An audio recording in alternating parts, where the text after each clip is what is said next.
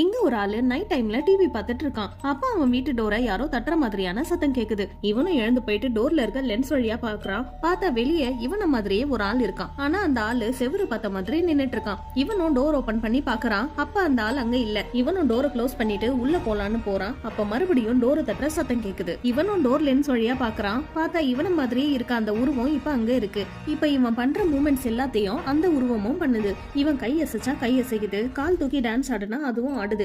இவனும் சிரிச்சுக்கிட்டே அவன் ஆடுறத பார்த்துட்டு என்ஜாய் பண்ணிட்டு இருக்கான். சடனா இப்ப பவர் கட் ஆகி வருது. அப்ப அந்த உருவம் அங்க இருந்து மறைஞ்சு போகுது. இப்ப லென்ஸ் வழியா தெரிஞ்ச அந்த ஆளு பவர் கட் ஆகி வந்த உடனே காணாம போறான். இவனும் ஷாக் ஆகிட்டு நிக்கிறான். அப்ப இவனுக்கு பின்னாடி ஏதோ ஒரு சத்தம் கேக்குது. இவனும் திரும்பி பாக்குறான். பார்த்தா வெளியே தெரிஞ்ச அந்த மனுஷன் வீட்டுக்குள்ள இருக்கான். இத பார்த்து பயந்து போன இவனும் டோர் ஓபன் பண்ணி வெளியே ஓடிடலான்னு பாக்குறான். அப்ப இவன் டோர் ஹேண்டில் கிட்ட கையை கொண்டு போறான். அப்ப அந்த உருவமும் இவனோட மூமெண்ட்டை கண்ட்ரோல் பண்ணி அதுக்கு கிட்ட இவனை வர வைக்குது. இப்ப அந்த உருவத்தை காட்டுறாங்க. பார்த்தா அது மனுஷனே இல்ல, அது ஒரு பேய்.